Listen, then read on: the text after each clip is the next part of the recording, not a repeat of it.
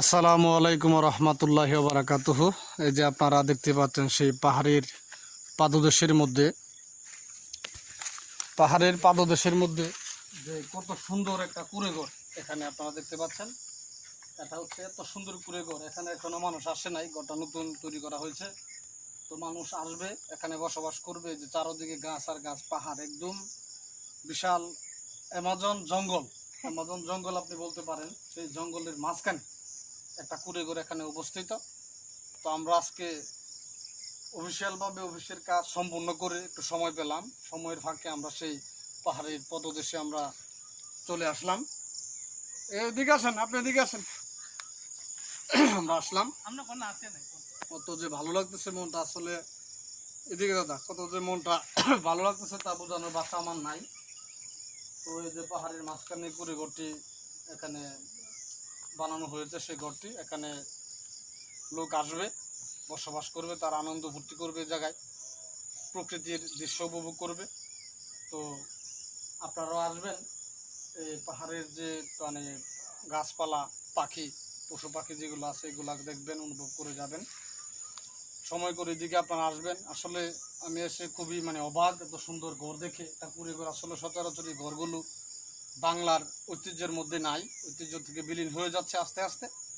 কিন্তু আমরা এ জায়গায় না আসলে বুঝতে পারতাম না যে বাংলার যে ঐতিহ্য এখনো সেই পাহাড়ের লীলাভূমিতে লুকিয়ে আছে, সেই ঐতিহ্যগুলো। তো আসলে আমি মনে খুবই গর্বিত যে এমন একটা ঘর গ্রাম বাংলায় আগে দেখা যেত, অনেক আগে গ্রাম বাংলার মধ্যে এই ঘরগুলো দেখা যেত, অনেক ভালো লাগতো। ছনের ঘর যেগুলোকে গ্রাম বাংলা ভাষায় বলা হয় ছনের ঘর, ধানের যে খড় এগুলো দিয়ে ঘরগুলো বানানো হয়। এবং সবচেয়ে খুবই গ্রামের যে আসল ঐতিহ্য, যেটা মৃৎশিল্প বলা হয়, মাটির ঘর যেটাকে বলা হয়, এটা কিন্তু একটা মাটির ঘর। এখানে কোনো টিন বা সিমেন্টের কোনো কিছু নেই, শুধু মাটি দিয়ে ঘরটা স্থাপন করা হয়েছে।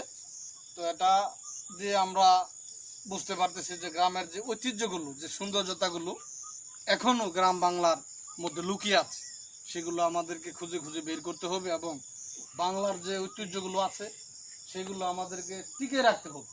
এবং চারদিকে যে আপনারা দেখতে পাচ্ছেন পাহাড়, সমুদ্র পাহাড়, সেই পাহাড়ে পাখিগুলো এখন প্রায় বিকাল 6টার উপরে, এখন সন্ধ্যা ঘনিয়ে আসছে, পাখিগুলো উড়ে যাবে, আসবে যার যার বাসায়। হ্যাঁ, পাখিগুলো যে রাত যাপন করবে।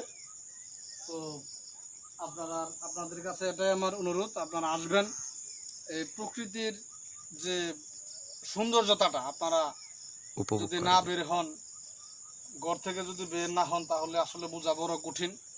তো আমরা আসলাম এই পাহাড় পর্বত, এটা আসলে সিলেটের খাদিমনগরে অবস্থিত। এই পাহাড়টা বিশাল বড় পাহাড় এবং সৌন্দর্যের লীলাভূমি বলবো আমি, পূর্ণভূমি, বাংলাদেশের পূর্ণভূমি সিলেট। তো আপনারা এই সিলেটে আসবেন, ঘুরে যাবেন, সৌন্দর্যতা উপভোগ করে যাবেন। আল্লাহ হাফেজ।